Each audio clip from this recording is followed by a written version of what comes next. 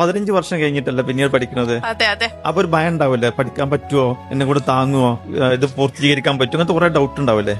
ഉണ്ടായിരുന്നു.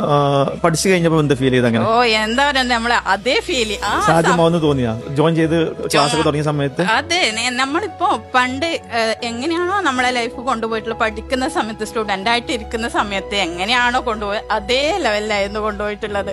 നല്ലൊരു ഫീലിങ്സ് ആയിരുന്നു. ക്ലാസ് ഒക്കെ അറ്റൻഡ് ചെയ്യുമ്പോഴും നമ്മളൊരു ക്ലാസ്സിൽ ഇരിക്കുന്ന അതേ ഫീലിംഗ് ആപ്പിലൂടെ കിട്ടിയാണ്ടിരുന്നില്ലേ? അതെ അതെ.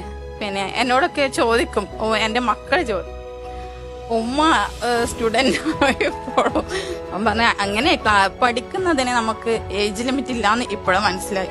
നമുക്കൊരു കോൺഫിഡന്റ് ഉണ്ടെങ്കിൽ നമ്മൾ എവിടെയും. പഠനത്തിന് ഒരിക്കലും ഏജ് ലിമിറ്റ് ഇല്ല. അതെ അതെ. ഇപ്പൊ നമ്മുടെ ജീവിതത്തിൽ, നമ്മുടെ സ്വിസിന്റെ യാത്രയിൽ തന്നെ 60 വയസ്സ് ആയിട്ടുള്ള ആളുകൾ പഠിച്ചിട്ടുണ്ട്. അതെ അതെ. 60 വയസ്സ്. അപ്പൊ ഞാൻ ചോദിച്ചു, എന്തിനാ നിങ്ങൾ പഠിക്കണമെന്ന് ചോദിച്ച സമയത്തിനോട് പറഞ്ഞ്, എനിക്ക് എന്റെ സ്വയം മരുമക്കളെ അല്ലെങ്കിൽ പേരക്കുട്ടികളെ എനിക്ക് നന്നാക്കി എടുക്കാൻ വേണ്ടിയിട്ടാണ് പറഞ്ഞിട്ടുള്ളത്. കുട്ടികളെ പോലെ തന്നെ, നമ്മുടെ വിദ്യാർത്ഥികളെ പോലെ തന്നെ സ്വയം വീട്ടിലെ മക്കളെ നോക്കാൻ പോലും നമ്മുടെ കോഴ്സുകൾ ഉപകാരപ്പെടുന്നുണ്ട്.